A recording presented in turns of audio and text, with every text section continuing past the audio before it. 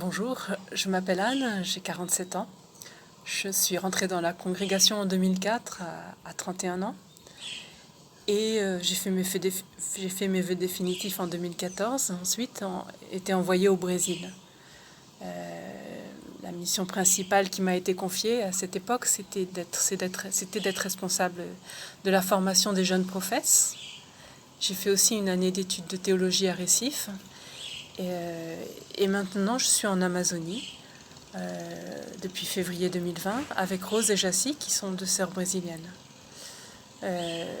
Nous sommes en Amazonas, la prélasie d'Itacoatiara, et l'évêque nous a donné 3 missions principales. La première, c'est la formation. Il se trouve que Rose est infirmière, que Jacy et moi, nous avons étudié la théologie. L'idée, c'est de pouvoir former les chrétiens, que ce soit les hommes qui veulent être diacres ou et surtout les chrétiens qui vivent isolés dans les communautés au bord du fleuve ou dans les communautés qui sont sur la route. Le deuxième axe, c'est les pastorales qu'on appelle ici sociales, donc aumônerie de la centre d'hôpital, aumônerie de prison, accompagnement des jeunes femmes enceintes et puis avec des jeunes enfants, accompagnement aussi des personnes droguées et alcooliques dans leur chemin de libération, et puis aussi tout ce qui est autour du trafic humain, prostitution, assassinat pour vol d'organes, et puis esclavage aussi clandestin.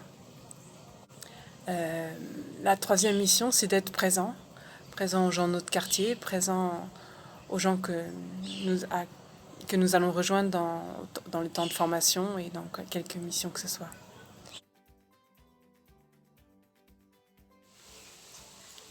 Ma vocation, elle est née de l'Évangile. Quand j'étais jeune, j'écoutais l'Évangile à la messe du dimanche et puis après l'homélie, et j'avais toujours l'impression qu'on cherchait des excuses pour en faire moins et pour dévier un peu le sens premier de l'Évangile et sa radicalité. Et je crois que c'est ça qui m'a appelée. Comment vivre l'Évangile de manière plus fidèle, plus radicale, parce que l'Évangile est radical.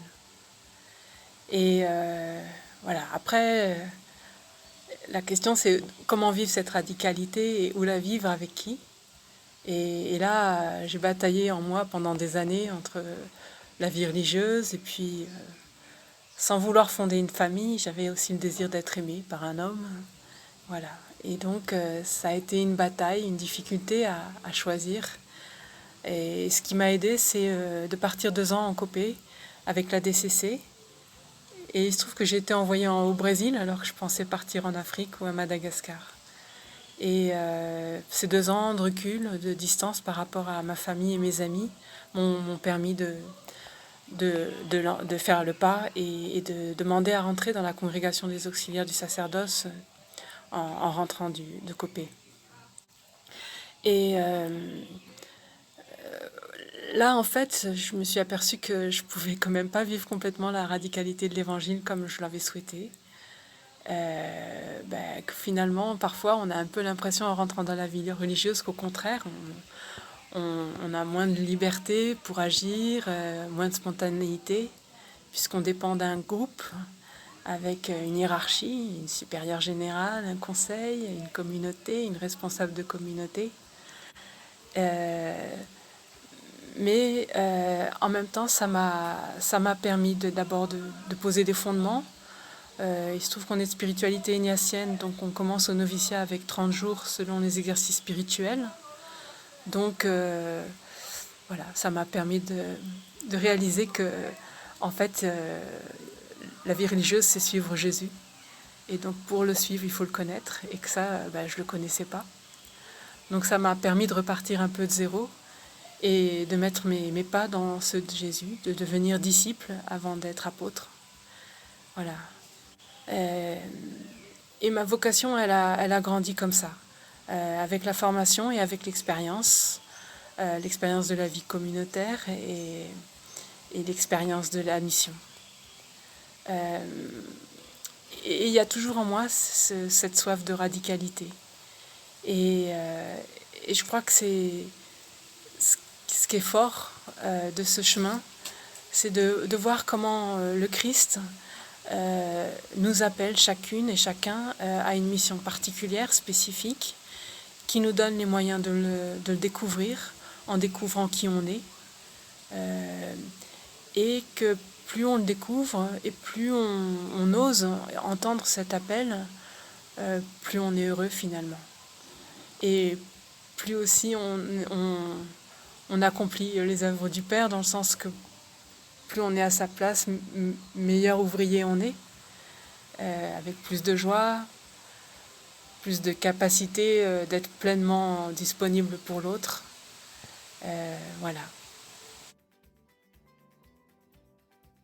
Je voulais vous parler justement de la prière personnelle parce que dans ma famille, on ne priait pas ensemble.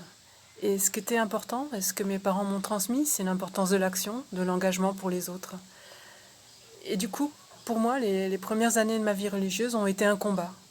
Parce que j'avais toujours l'impression, quand je commençais à prier, que c'était en concurrence avec la mission, la vie communautaire, les tâches du quotidien, les relations. Et donc, je ne vivais pas les choses sereinement, et puis j'étais mal à l'aise, pas bien dans mes pompes, comme on dit, de jeune religieuse. Et un jour, pendant une retraite, j'ai compris que pour moi, la prière n'était pas en concurrence avec le reste. Que c'était ça qui donnait du sens au reste, en fait. Et depuis, concrètement, je mets ça comme priorité dans ma vie, c'est-à-dire que je me lève tôt pour pouvoir prier 1 heure avant de prier avec mes sœurs, les laudes, et puis avant de partir pour la mission ou de faire ce qu'il y a à faire. Voilà. Et vraiment, je sens toute l'importance de ce choix. La prière, la méditation de l'évangile du jour, souvent, la contemplation du Christ, elle nourrit vraiment ma vie, elle nourrit vraiment mon action. Elle me donne une force intérieure, des racines, elle me guide, et c'est très important. Et parce que c'est très important pour être fidèle au choix que j'ai fait d'être religieuse et de témoigner de Jésus. Et à la fois, la prière pour nous est donc une mission, fait partie de la mission, mais je crois que c'est vraiment le cadeau qu'on reçoit de la vie religieuse.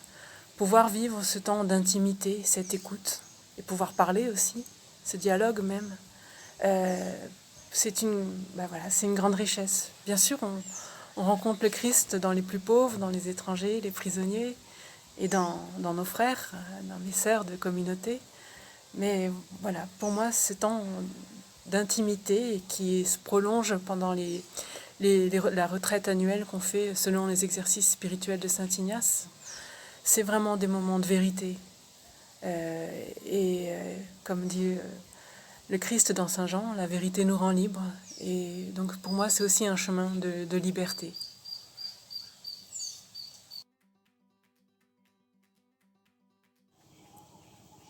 Les vœux dans ma vie, je crois que c'est ce qui m'a sauvée. Dans le sens que ça a été pour moi, et ça continue à l'être, un chemin d'apprentissage de la liberté. Voilà, je suis rentrée dans la vie religieuse tard, à 31 ans. Et en fait, au début, je n'ai pas bien vécu ces vœux-là, ces 3 vœux d'obéissance, de chasteté et de pauvreté, parce que pour moi, ça a été un lieu de frustration. Et je crois bien un chemin de mort.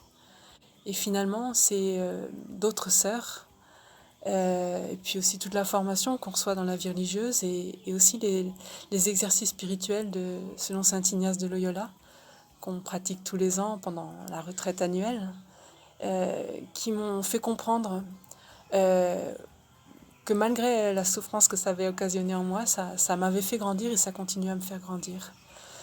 Pourquoi ? Parce que les vœux nous obligent à creuser ce qu'on veut, ce qui est le plus important pour nous, et à l'exprimer. Et en l'exprimant, ça prend chair. Ça prend chair en moi, ça me fortifie, et ça me fait vraiment exister et devenir moi-même. Voilà, concrètement, le vœu de pauvreté, ça veut dire qu'on met tout en commun, qu'on n'a rien pour soi. Et donc voilà, il faut bien pouvoir dire qu'on est d'accord ou non sur telle dépense, qu'on a besoin d'acheter telle ou telle chose, que la voisine a demandé de l'aide et qu'elle voilà, savoir si on l'aide ou pas.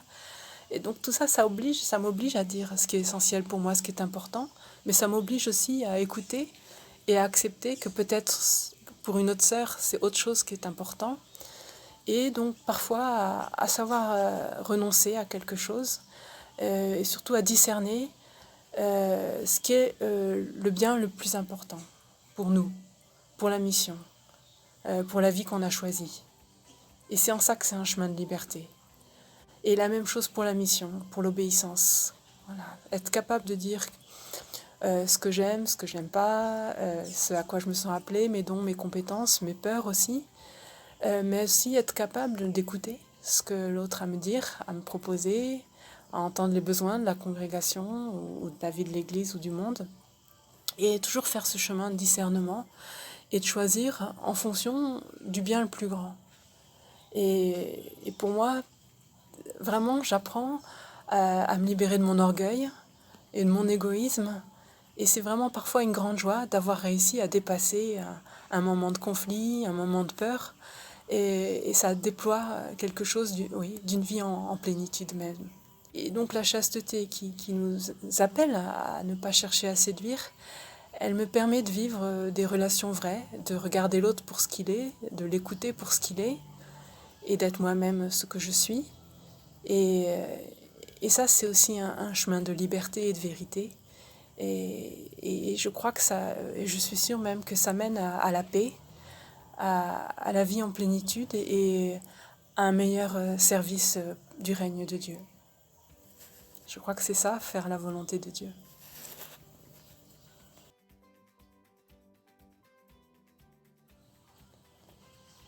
Alors comment parler du charisme des auxiliaires du sacerdoce? C'est en fait un sacré défi. Et je pense que c'est justement parce que c'est un sacré défi que c'est une richesse. Parce que le mot sacerdoce n'est pas simple à comprendre, parce que cet aspect de la vie du Christ comme prêtre n'est pas le plus évident dans les évangiles ni dans le Nouveau Testament. Donc voilà, pour moi, je pense que jusqu'à la fin de ma vie, je vais découvrir quelque chose de ce charisme et ça va m'enrichir et j'espère que ça va enrichir d'autres. Et je crois que c'est déjà ça, un des aspects du charisme. L'autre aspect de notre charisme, c'est la spiritualité ignatienne, donc inspirée par saint Ignace de Loyola, fondateur des Jésuites, et surtout les exercices spirituels qui nous façonnent en fait dans notre manière de prier, dans notre manière d'être au monde et aux autres. Et donc ça nous donne une couleur différente.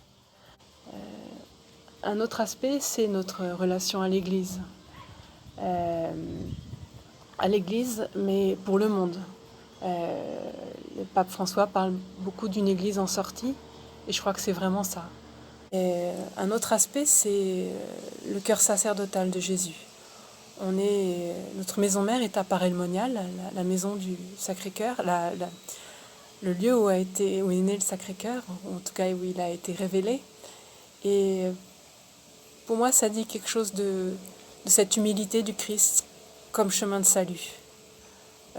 Christ humble et doux de cœur, Christ serviteur souffrant, qui n'éteint pas la mèche qui est en train de s'éteindre, qui ne casse pas le roseau qui est froissé, et qui donc permet à tous d'exister, des plus petits, des plus pauvres, aux plus riches et plus puissants, mais dans cette relation d'humilité et non d'orgueil, non de chercher à dominer, d'imposer son point de vue, mais de s'abaisser pour que l'autre puisse grandir, mais surtout pour que le règne de Dieu puisse grandir.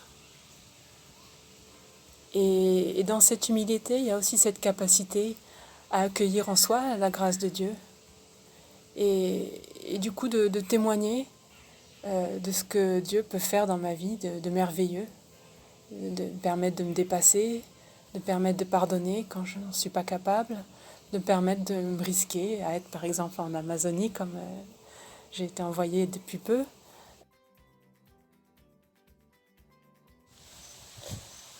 Alors, être auxiliaire du sacerdoce, premièrement, ça veut dire appartenir à un groupe de femmes, un groupe fragile, extrêmement fragile, à l'avenir plus qu'incertain, mais un groupe de femmes extraordinairement dynamiques, même malgré l'âge de certaines, une spiritualité, une capacité à prier et à partager qui montre que l'Esprit Saint travaille tous les cœurs, une capacité aussi à écouter cet esprit, à écouter la volonté de Dieu, pour que nous puissions, avec ce que nous sommes, accomplir notre mission, suivant notre charisme.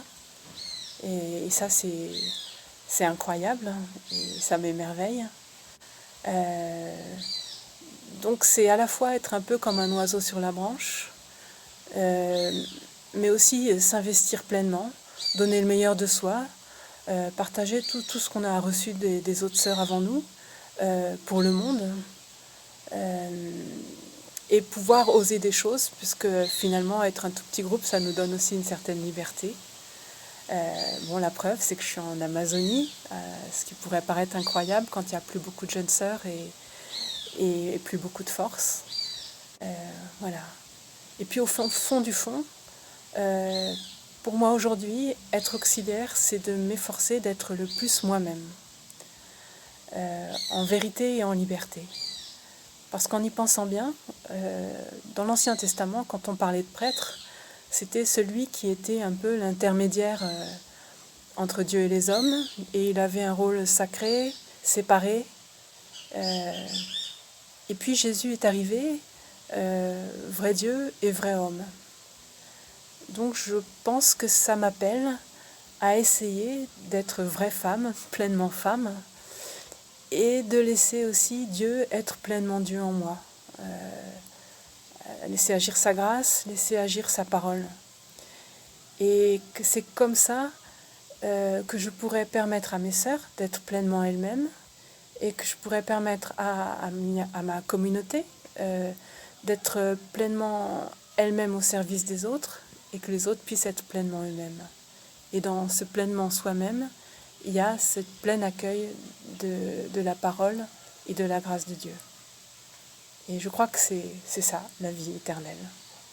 Voilà.